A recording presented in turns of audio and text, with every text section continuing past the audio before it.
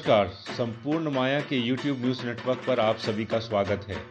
आज हम आपको ले चलते हैं जगन्नाथपुरी के पावन धाम में। वहां पर समुद्र तट पर स्वर्गद्वार है, जहां पर हर दिन तीर्थराज महोदधि की नित्य संध्या आरती आध्यात्मिक वातावरण में मनाई जाती है। कल का दिन विशेष था क्योंकि पूर्णिमा के अवसर पर 16वीं वर्षगांठ मनाई गई। वहां पर यह उत्सव प्रतिदिन पुरी स्वर्गद्वार के सामने समुद्र तट पर आयोजित किया जाता है, जबकि पुरी गोवर्धन मठ हर दिन इस उत्सव को मनाता है।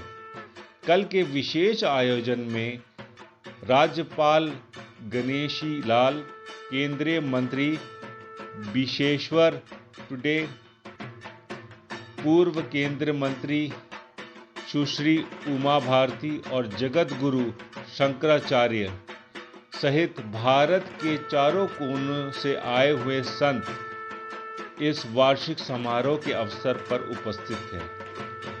पावन मंत्र के उच्चारण, प्रभु श्री जगन्नाथ जी की जय जयकार और हर हर महादेव के नारे और घंटों की मधुर ध्वनि से गूंज उठा था सारा जगत। उन अवसर पर पूर्व केंद्रीय मंत्री सुश्री उमा भारती ने मीडिया के लोगों के साथ रूबरू होकर अपने विचार व्यक्त किए।